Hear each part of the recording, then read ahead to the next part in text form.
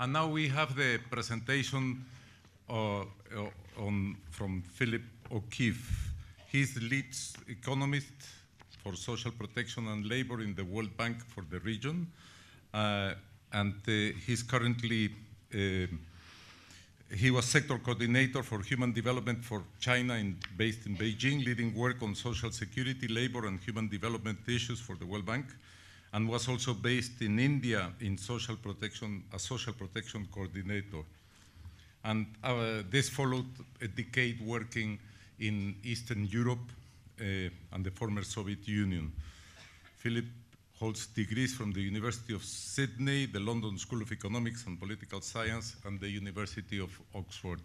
So, Philip, we are honored to have you presenting today on the topic of rethinking older people as an economic resource in aging society. This is a very authorized voice.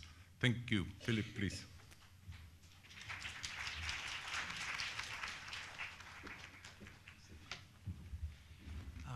Thank you, Eduardo. First, I'd just like to say thank you very much to HelpAge for inviting me, and also to UNFPA and EU for sponsoring this conference. When I first joined the bank more than 20 years ago now, the idea of presenting at a CSO organisation event was impossible for a World Bank person. I think the CSOs thought we were monsters and we thought they were radicals, and the two worlds were a long way apart. But I'm really thrilled that in the meantime, in the intervening years, that those two worlds have come much closer together and are actually very closely linked now, so thank you. I'd like to talk about three things broadly in the presentation. One is and a lot of them pick up on what Eduardo was touching on this morning in a number of areas. The first is the kind of growth impacts, ageing and growth, and what we see as the evidence, what we think may happen, and how things will evolve with ageing. The second is to focus then on labour markets primarily, labour markets and ageing in East Asia Pacific, and linked to that pension systems, of course, which are quite inextricably linked, as we'll see. And then the final one is the health sector and ageing, again with a particular focus on this region. So starting with the macro, this is probably a picture in different variants that you've all seen in different ways. But this is essentially along the horizontal axis is the old age dependency ratio. So the further you move across, the older you get as a society. And the vertical axis is your GDP per capita in PPP terms. So they're comparable kind of dollars. And the story here is one that you've got a lot of clustering at the bottom there, of course, but what you see is really it's all about the growth and the steepness of these curves. Stories like Singapore, Hong Kong, Korea, are really wonderful stories to tell in terms of the relative speed of growth, or the relative levels of growth, rates of growth, and the speed of ageing. For all our countries, all our countries at the bottom there,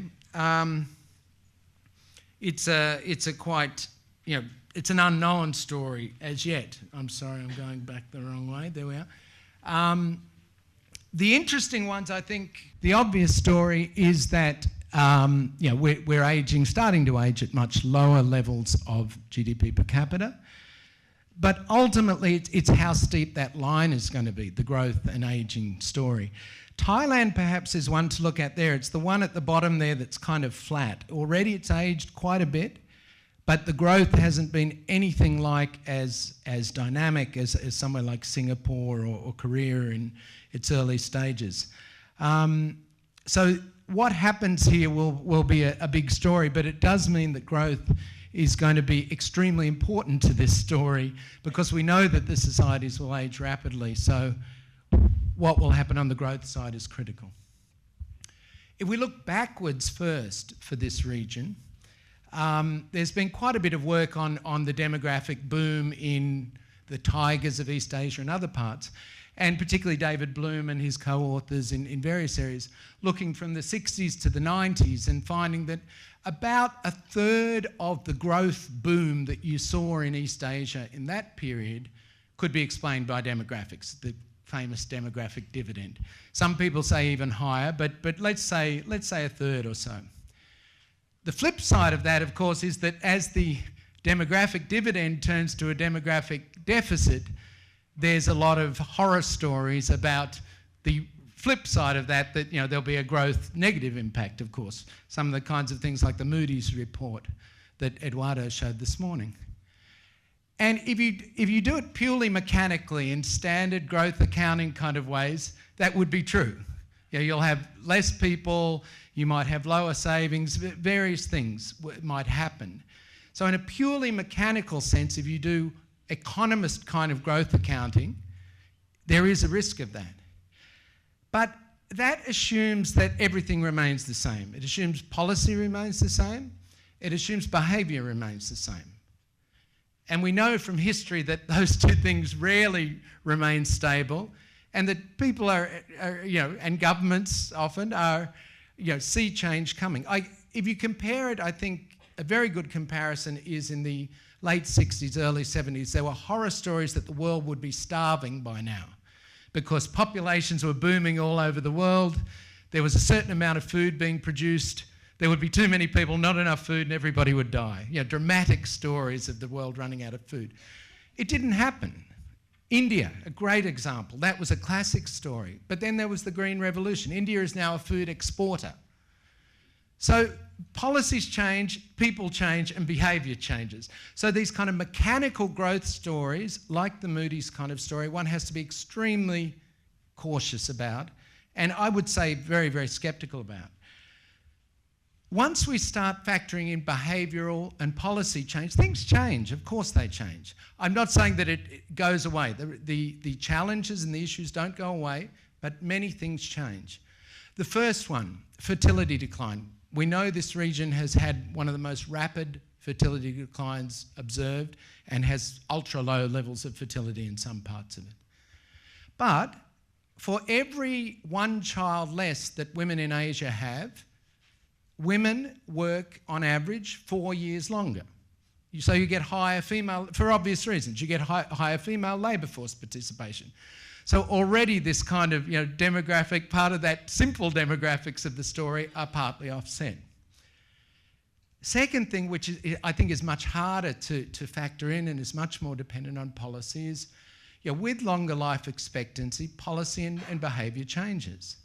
So people will work longer and people change their savings behaviour. If I know I'm going to live to be 100 years old, my savings behaviour during my working life is going to be very different to if I know I'm going to die or predict I'm going to die at 65 or 70. And we'll come back to some empirical evidence of that. Already in East Asia, people are working longer than just about any region of the world. So the starting point is quite promising too. And already in East Asia, savings profiles, Eduardo was showing you this consumption and income curves. People save in East Asia for much longer already than they do in other regions. The third one is human capital, and that's a very obvious part of the story. These growth accounting ones take a fixed number of people and often a fixed level of human capital. So each of us is just a person with a certain level of human capital, knowledge, education, etc. Once you start changing that picture, as East Asia has done and is continuing to do, again, the story is different. The quality of workers you have is dramatically different to the quality of 30, 40 years ago. The final one that I'd mention, and there are many other factors, but these are just a few, is health insurance and pension. In this region still, you get an enormous amount of precautionary saving. People saving for a rainy day, a health event, or saving for their old age, over-saving for their old age because there are no pension systems and the like. Again, this is something that's changing rapidly in the region. Health insurance coverage expanding rapidly, a lot of experimentation with the pension systems and the like. When you add all that up and people start factoring in some of these things into these macro models, the picture changes quite a lot. It doesn't mean that ageing doesn't matter anymore, but once you factor in policy and behavioural change, it changes a lot. So I think David Bloom and his various co-authors have probably been the most consistent and authoritative authors on this, and very careful kind of macro modelling of all this stuff. They say that firstly for the OECD, the effects of ageing will be modest but not catastrophic. So there will be effects, but not the disaster that's often predicted. And then secondly, for developing countries, they say that because of the falling youth dependency ratios, that there's quite a bit of offset for quite some time that gives a decent window for policy change, for behavioural change, that can allow societies to change and respond to the challenges of ageing. One specific thing that I'd just like to focus on as an example that underpins a lot of this macro stuff. The normal or the historical assumption has been that people save during their working life and they run it down after a certain age. They draw down on their assets, they draw down on their savings, etc. And to some extent, of course, that we observe that in many countries. But there are several effects at work, and there's been a lot of testing of how these effects counterbalance or trade off against one another. The first is that you do have that effect. The more very old people you have, the less likely you are to have a lot of people saving. Just because they do, in their older age, run down their assets and their savings. But there's also the behavioural effects, and this is because people know that they're going to live longer. They save more during their working life. So in aggregate, even though those very old people, of whom there are more, may not be saving so much, all those working people, who are a much larger number still for quite some time, are likely to be saving more. That's the theory. A number of organisations and researchers have looked at whether this has actually happened and what the trade-off has been, which effect has dominated in macro terms, in savings terms. There was a big study that looked from the 50s to the 90s of Schultz at the composition of the population and savings rates. He found insignificant impacts on savings rates of the composition, age composition of the population. So that's the past. If we look forward, Andy Mason and a number of his co-authors have looked at this, and their estimates suggest that those behavioural effects, that is, that people save more during their working life, are likely to dominate the other effects. So that the story is not as worrying as one might think. The bank has done a similar study last year and had a similar result. And others have found mixed effects. We don't know. I mean, like all predictions and all simulations, we don't know if these answers are right or wrong, and they're certainly, even if they're generally right, won't be exactly right. But I think empirically a lot of the best modelling done, and very careful and very thorough work, suggests that these dramatic impacts on savings rates and therefore on investment rates and other things are not as worrying, particularly in this region, as are sometimes made out. It's not to say it's something that policy shouldn't think about. Think about how to stimulate savings during working life. Definitely that should be thought about and encouraged. But that it's not an automatic law that these things will collapse. The other point that I know many of you have, and Eduardo's mentioned this morning, is that this group of older people themselves are a source of consumption growth.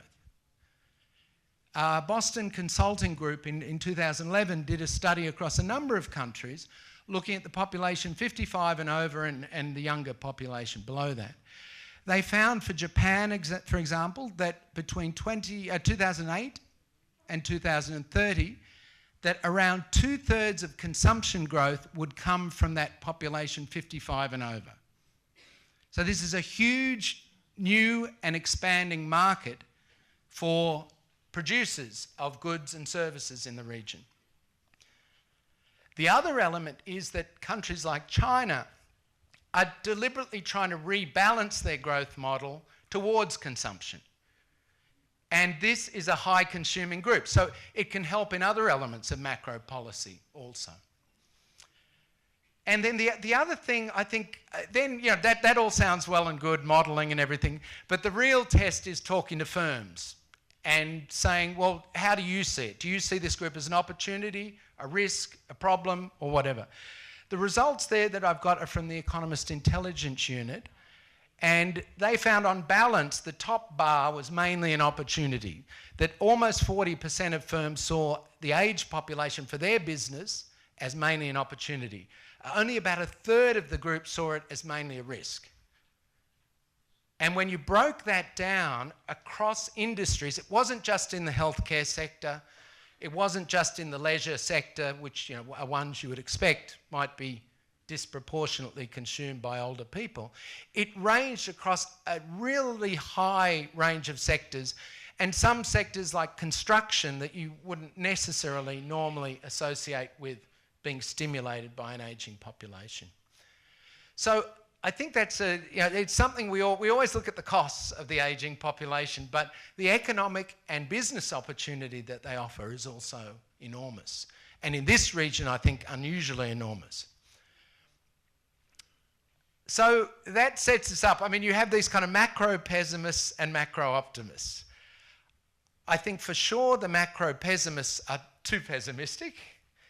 The macro optimists at times maybe are a little too optimistic that policy change can be achieved that is necessary to realise the benefits of ageing and to minimise the risks.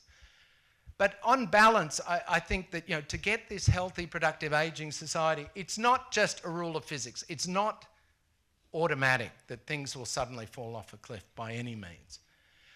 It's really a question of how do you navigate these policy changes, these behavioural changes and the like that are necessary to maximise the potential, the opportunities, and minimise the risks. So then I'd like to look at three elements of that: labour markets, pension, and healthcare. So now looking at the labour market first. I think for this region, well, before we get on to this region, I'd just like to make a couple of general points, one of which Eduardo made this morning. Many of you deal, I'm sure, all the time with politicians and business people and others, and in your discussions and your advocacy on ageing. One of the, I certainly know in our own work, one of the most common objections one has to increasing working life for older people is that if we do that, what are all the young people going to do? There'll be no jobs left for young people. That's a very common response from policymakers. So if you're talking about raising retirement age, they say, if we do that, there'll be no jobs for young people. And at one level, it kind of sounds, yeah, maybe that's right. You know, it kind of sounds intuitive at one level. But in fact, the studies that had been done on this in OECD and EU countries find that that is not true at all. In fact, the opposite is slightly true. The more older people who are employed in all these studies, the higher the employment rate of younger people also. So it's not a trade-off, it can be a win-win here. And why is that? It's firstly that the more older people are working, in total the more people are working, in total the more GDP, in total the more demand for employment. And that demand for employment is amongst young people and old people. The second thing is the types of jobs that older people are doing and younger people are doing are very different jobs. So they're not necessarily competing for the same job. It's not, you know, a 22-year-old and me in an interview for the same job. They're very different segments of the labour market. They're often in very different industries. You know, older people maybe in manufacturing, younger people in services, these kind of things. So empirically what's been found in the OECD is in fact that this, what's called the lump of labour fallacy, is not true. And I think it's an incredibly important point to make in your advocacy, that this is not a win-lose, it's a win-win from the evidence. Now that's the evidence from the OECD and the EU. Unfortunately, at this point, there's not a lot of good empirical studies in the developing world. So people say, well, it's an open question for the developing world, and that's right empirically. But I'd like to point to this study at the bottom. Somebody's done this quite carefully for China from 1990 to 2005, and they had a very, very similar result. that the more older people were working, the employment rates of older people were positively related to the employment rates of younger people. So to the extent we have some evidence emerging, it's consistent with the evidence from the developed world. So that's the first general point. The second one is on productivity. And this, again, I think is an area where this is, I think, is a more nuanced story than the lumper of labour clearly appears to be wrong. This one is a more nuanced story. Are older people more or less productive? In what kinds of ways? And the assumption, again, is always that older people are beyond a certain age, you're useless kind of thing. And in fact, this is something that's been studied very, very thoroughly. And I'd say there's some evidence of that, but the results are very mixed. And it also depends very much on what types of abilities and skills one is looking at. So I got a summary of some of the studies. I just focus on the top one and the bottom one. The first one, which is way back from 1989, but it's important because it reviewed almost 100 studies looking at this question and found that there was very little impact of age on productivity in supervisor assessments in workplaces. Others have found in certain things there is lower productivity beyond a certain age. But some of the more recent ones, and again David Bloom and others, have found a more positive picture, I think.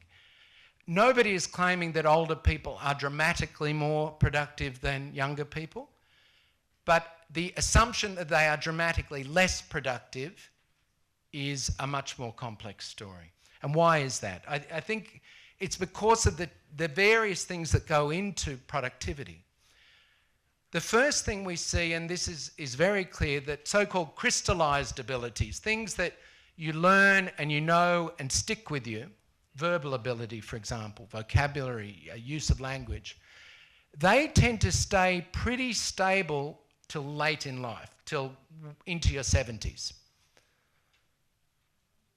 Other ones, fluid abilities, which is more like immediate problem solving, picking up new things, that kind of thing, that does deteriorate from pretty early in life actually, but particularly from your 30s and 40s onwards, that does deteriorate.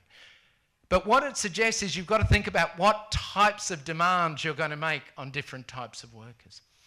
The second thing is that everyday problem solving, so this is stuff that, I've worked in an organisation for 20 years and a problem comes up. The chances are I've solved that problem or dealt with that problem 5 times before during my working life. That kind of knowledge clearly is embedded knowledge that doesn't deteriorate quickly. We also know that even in the cognitive area, that the cognitive skills of older people have increased over the years. Better education, better diets, all kinds of things. Older workers have lower absenteeism than younger workers, and that's both absenteeism because they just feel like taking the day off, and absenteeism because they're not well that day. And finally, that older workers tend to change jobs less than younger workers. Now, that can be a mixed blessing, but particularly in some of the most dynamic Asian economies, one of the biggest problems firms report is worker retention. They can't keep the younger workers because they're jumping from here to there, looking for a better salary, looking for a better position, looking for a new opportunity, which is great. I mean, that's what young people do.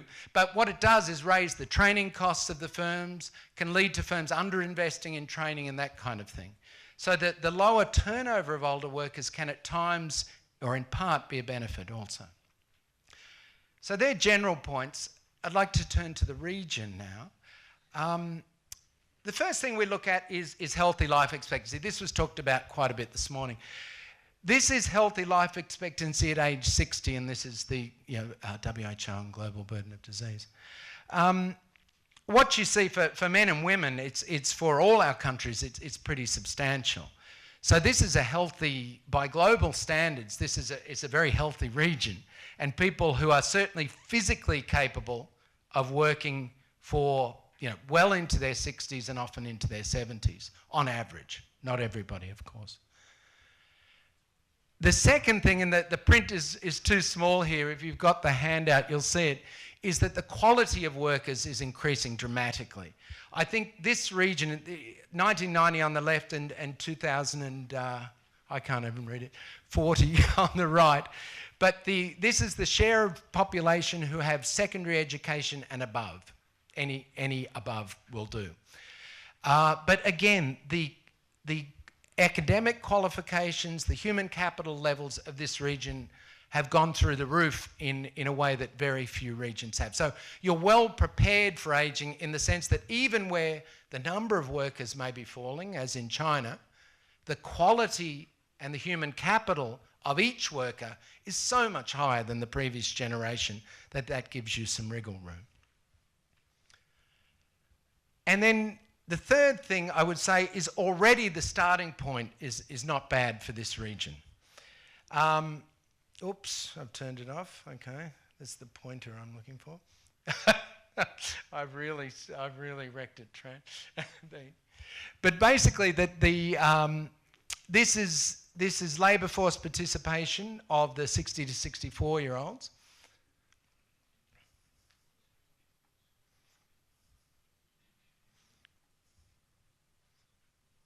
Thank you. Already, EAP is well above the OECD, well above Eastern Europe, Central Asia, and all the middle-income countries there, and just above Latin America, which has a somewhat different population profile. It's really the bottom, the horizontal, how far across you are. So how far across you are is a higher labour force participation for that group. The vertical axis is how quickly that share of the population will increase. So if you're high on the vertical axis, you want as far as possible to be far to the right as well. Now, of course, there are some income patterns there and some political history there. Mongolia, for example, with the socialist system and the like, is driving that. The green countries are the poorer countries. And so this is a case of rural people working till they drop sometimes, so it's not always a good thing, but it's there. But the employment rates of older people in this region, by global standards, are not bad. What I'd like to look at now, these curves, if you have the handout, they're going to be virtually impossible to see from the back of the room. I appreciate. But what we've got for a series of countries, Cambodia, China, Indonesia, Korea, Philippines and Thailand, these are the labour force participation rates at different ages. So along the bottom you go from 40 years old to 80 years old, and these are the percentages, 100 down to 0. So obviously people work less as they get older. And urban and rural, male and female. A couple of things, maybe I could just focus on China as an example to illustrate it. Here we are with China. The first thing to note, obviously, is that rural people work a lot longer than urban people. That's not surprising. They don't have pensions, or until very recently in China, they haven't had a pension. Men work older and longer than women. But the other thing to note, particularly on the urban curves, which are the two lower curves, is just how dramatic the drop-off is in the 50s, particularly for women in China. So by the time they get to official retirement age, which for many women is 55, you're already down well below half of women, well below a third of women are working. So whilst people on average work long, it's the rural people who drive a lot of those aggregate averages. And in fact, the urban people in some of the countries with more developed pension systems for urban areas, China, Korea and others, are actually dropping out probably too early. And we'll come back to that in terms of pensions policy. The other question there is what happens with urbanisation? Do all these rural people who are working a long time now assume urban behaviour, which would be potentially a concern? What we find, we've looked at this for 10 countries in the regional study we're doing and tried to harmonise the data and all that stuff. Firstly, that work at older ages in this region is far higher than normal demographic models would assume. Differences in countries, as we saw, and across gender and across urban and rural. Countries where self-employment is more important show less decline of employment in old age. So that's again important. It's partly an income effect. The lower income countries have more self-employment, but it's also true of countries like Japan. The third one is a slightly worrying one. Workers with higher education levels withdraw from the workforce earlier. That's different to some other regions. Eastern Europe, Central Asia, that's not the case. It's the other way around, that less qualified workers withdraw earlier. So that's a potential risk for this region, but it's currently the case.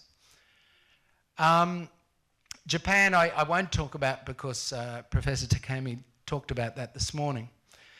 But the bottom point is the one that leads to the next slide, that when we do all the kind of econometric whiz-bangs on this, that the receipt of a pension is strongly associated with withdrawal from the labour force.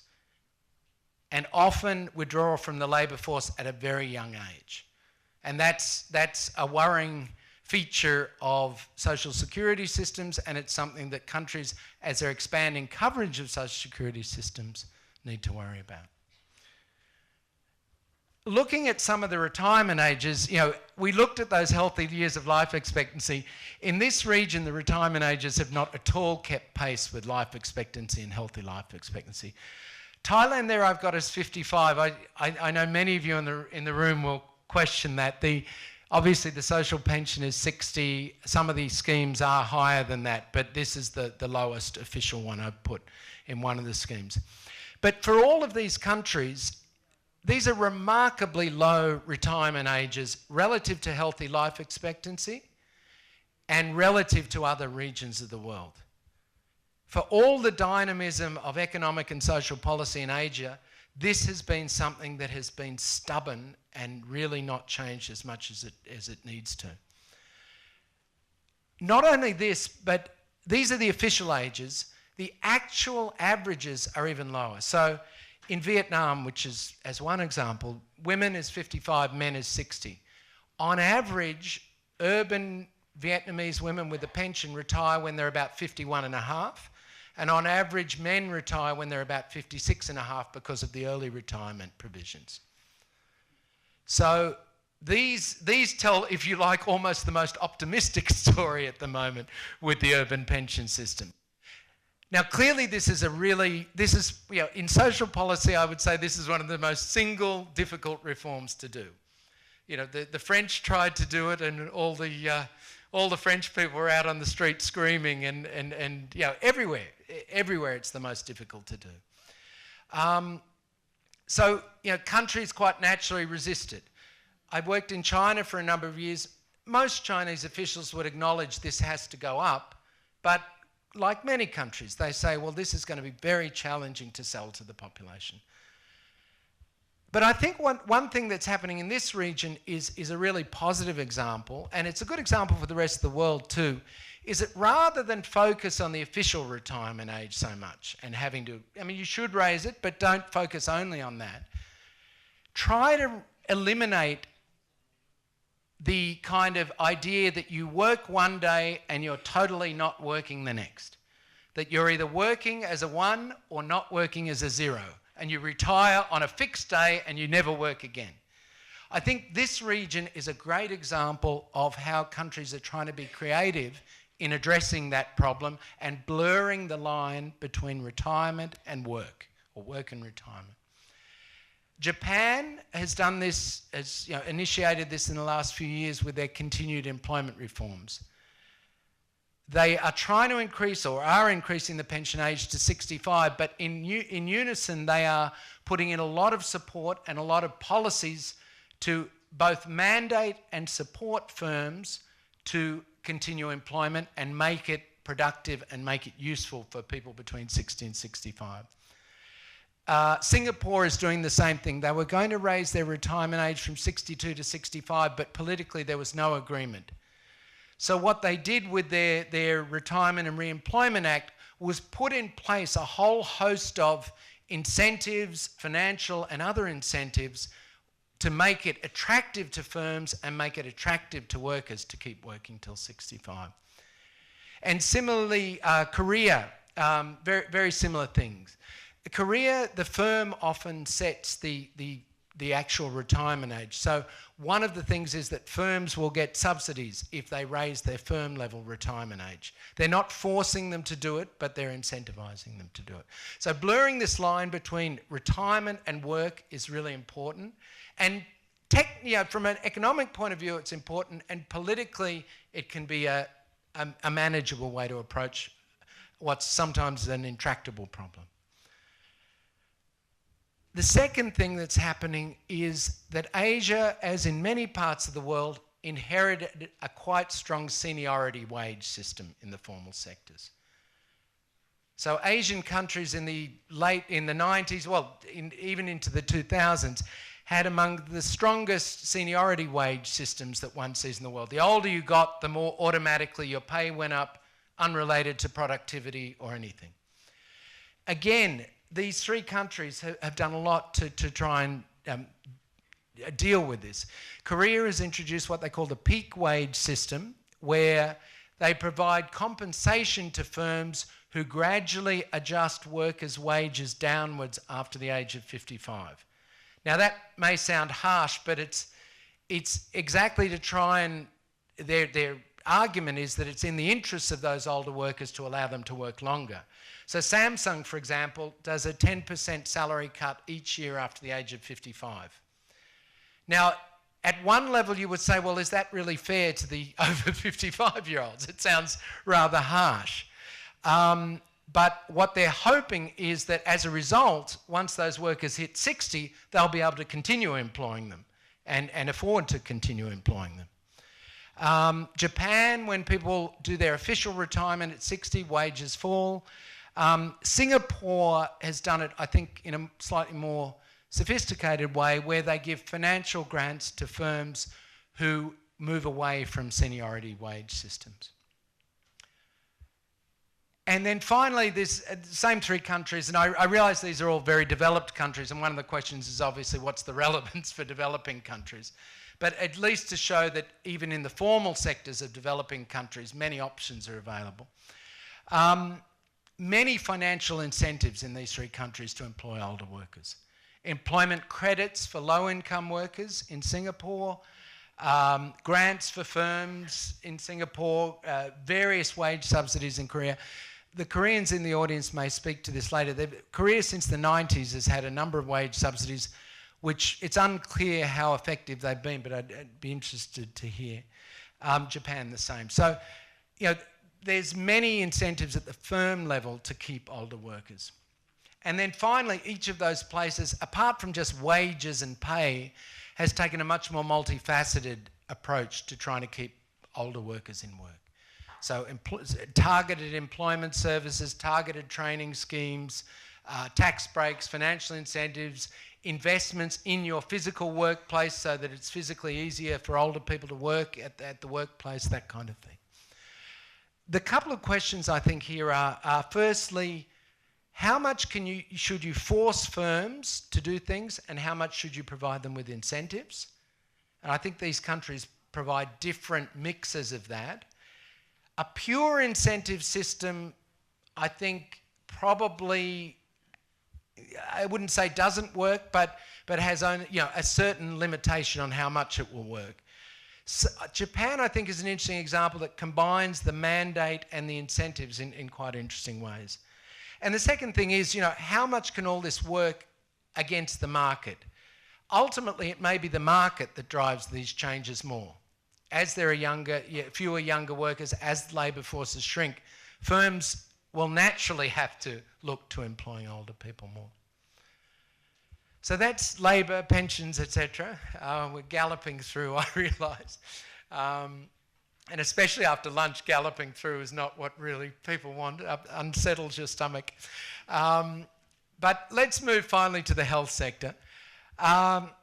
This, I think, to me and many others, as you saw this morning, is probably the most complex one, because undoubtedly as we get older, whether we're healthy in younger life or not so healthy in younger life, our bodies and often our minds will deteriorate. So again, there's an automatic assumption that means the more older people you have, disaster for the health system. again, a little bit like the macro stuff at the beginning, I think the story is a lot more nuanced. So first thing is just to say, on the right-hand side you have Japan. That's health spending by age. It goes up, as you would expect, as you get older. The more interesting one, I think, is this one on the left, which is how much... Here, the reference group for everybody is 50 to 54-year-olds. So it's how much are you spending for people who are younger than that relative to that group, and how much are you spending for people who are older than that relative to that group. As you'd expect, the spending on younger people is less, and the spending on older people is more. But what I'd really like to point to is not the fact that these lines drift upwards. That's not entirely surprising. But look at the difference in those lines. The top line is the United States. It spends, for the older group, more than 12 times the amount for older people than it does for the 50 to 54-year-olds. The lower countries spend between 2 and 4 times the amount for those groups than for the 54 to 54-year-olds. So what that's telling you is it's not about aging. It's about something else. Why do you have those dramatic differences in spending for older people versus middle-aged versus younger people? And that's all about policy, and that's all about technology and other things. So that takes you to the question, well, what is aging? How much is aging contributing to health expenditures?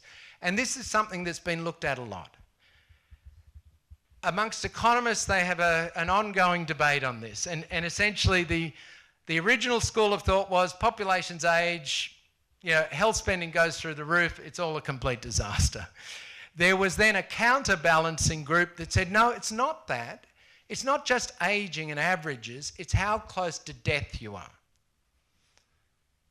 And in fact, as more studies have been done, they find that it's much more about proximity to death than it is about your age.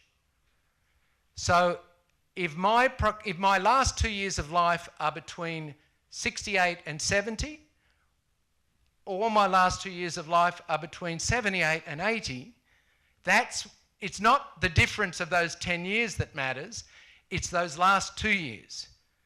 Now, it's not to say it doesn't matter entirely, but people have looked at this very carefully and they've tried to pull apart what's the effect of average aging and what's the effect of these other things, proximity to death, progression of illnesses, etc. And what they find is from OECD and whatever East Asian countries have been looked at this, that in fact age itself is not the dominant driver. It is a driver, but it's not the dominant driver. The more important things are adoption of new technologies, medical technologies and the like, in the health sector, and what are the policies you have for cost control in the health sector. And that's why that picture from the United States looks so very different to the picture for Germany or the picture for Australia, because the American health system has not managed to control costs at all, and because the American health system will always adopt the highest end technology and use it as much as it can. It's those choices that matter much more than aging. If you look at the studies that have been done in this region, what they find, this is both OECD and those countries there, China, Hong Kong, Indonesia, Malaysia, Philippines, Thailand. Aging accounts for 1/3 or less of the increase in health spending. So it does have an effect, but it's 1/3 or less. Technological change and policy choices are what matter. So this automatic, it's just like the macro story. This automatic disaster, like most automatic disasters, is not automatic. It's very amenable to policy. It's very amenable to behavioural change. It's not to say it doesn't exist. It's a big, big risk, but it's amenable to change and to policy. So I think this is, work that many of you know much better than us, and I won't go into. I think Professor Takami dwelt on a number of these things this morning. The factors involved in that on the policy side are multiple, of course. Some of them are preventive, the risks, risk reduction, healthier lifestyles, etc. The one I would really point to is the middle one, transforming delivery systems for this region. I think all of them are important, but I'd just like to focus on that one.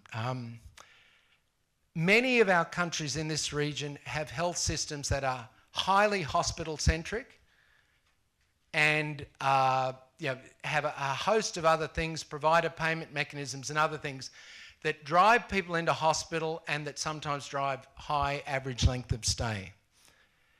That whole system, which underemphasises primary care and underemphasises coordination of care between the primary level, the secondary level, the tertiary level, that's the most fundamental structural change that will have to happen. And that's possibly one of the most difficult social policy changes you can do. Doctors will resist it, hospitals will resist it, even patients will often resist it because they feel like if I go to a primary care provider, I'm not getting the same kind of doctor as I'm getting at the hospital and that kind of thing.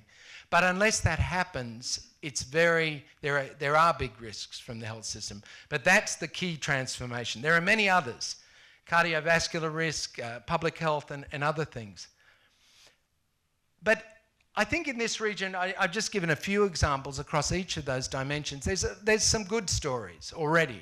Philippines with tobacco and sin tax reform. Tonga with sin tax reform.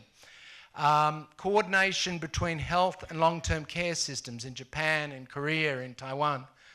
Thailand itself, where we are, I think you could do, if there's 50 Thais in the audience, I would recommend the other 150 of you at some point to talk to the Thais about their primary care reforms and provider payment reforms, which have done this. The other thing is pharmaceutical purchasing in this region. We've got countries in the region where pharmaceutical spending accounts for 50% or more of total health spending. Vietnam is one example, but there are others. Now, if that's the case, and if older people will consume pharmaceuticals more than the average person, you can't have that situation. We were looking at this for our study and looking at a few basic generics, statins and blood pressure pills. Australia, my own country, spends 10 to 12 times the price, it pays 10 to 12 times the price for basic generic statins than do a number of other countries in the region, including New Zealand. So it's not just because we're a long way from anywhere. Pharmaceutical purchasing across this region is, in a number of countries, really a big worry and really a big risk with ageing unless it's reformed. Korea and Thailand are two good examples of where smart pharmaceutical purchasing has really made a lot of progress. And then, of course, community-based aged care, etc. So summary, and after a long and too long talk,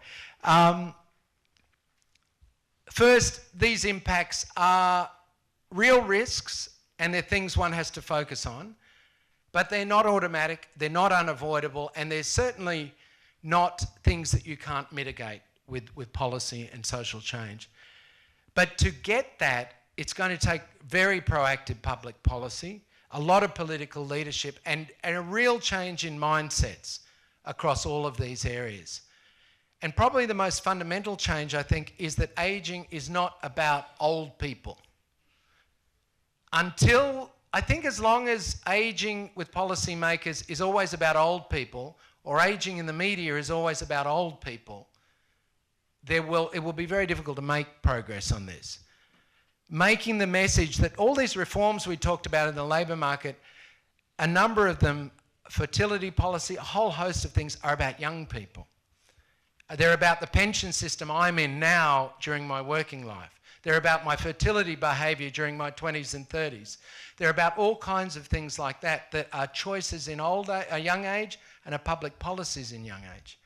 And if we can focus on that and convince people that this affects everybody now, I think that's a much more positive story than just the tsunami of old people. Thank you.